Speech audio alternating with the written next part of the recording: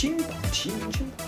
哎，小美女，来，哎，不好意思问一下，这个你们这个金榜题名这个厅在哪里了？啊，还有这个哪去了？哦哟，你们这个现在弄的包厢9曲18弯，找不到，藏得太深了。哦，你们现在会做生意的啊？还专门弄个金榜题名厅做升学宴了，哦哟，厉害！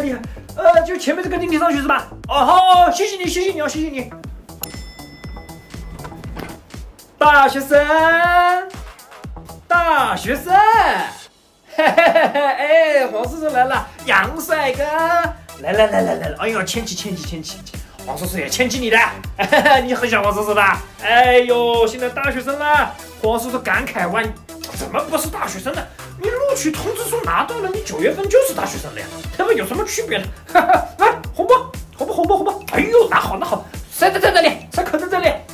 黄叔叔看到你真感慨万千，真的，从你小时候这个毛头一点点，现在变成个大学生了已经啊！哦，要报大学以后跟你讲，出来以后栋梁之才，真的，黄叔叔看着不错的。你老爸呢？啊，这里面来进去坐。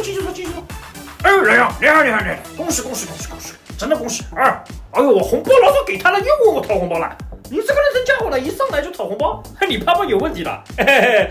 真的，你儿子将来肯定有出息的，我跟你讲，我看人不会错的。真的，哎，想弄推杯呢？杨帅哥，我们也弄推杯，来啊！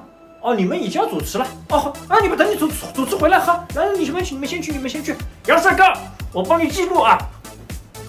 哎呦，杨帅哥，哎呦，这个小孩子真的长大了，出口成章了，你看看这口才好的啦。哎呦，说得好，好。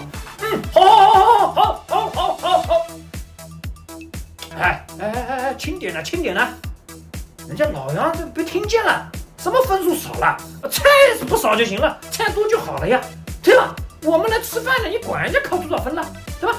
我上次去人家那个什么考上清华那个升学，菜还没这个好了。老杨，你看这个每做一瓶茅台了，很上路了，你只管吃就对了，你管人家分数多少，对吧？你说讲的对的吧？哎，不要给老杨听见，那怎么说这种话呢？啊，吃就好了，大家吃。杨帅哥，黄叔叔来敬你了啊！恭喜你考上大学啊！来跟黄叔叔，怎么了？怎么不开心了？来，过来跟黄叔叔讲了啊！怎么不开心？我刚看你在门口就不开心了，啊？跟黄叔叔讲了，是有人说你这个分数考得不高啊，考的大学不好。来，我就知道呀。黄叔叔，你听黄叔叔讲，不要去踩他们，知道吧？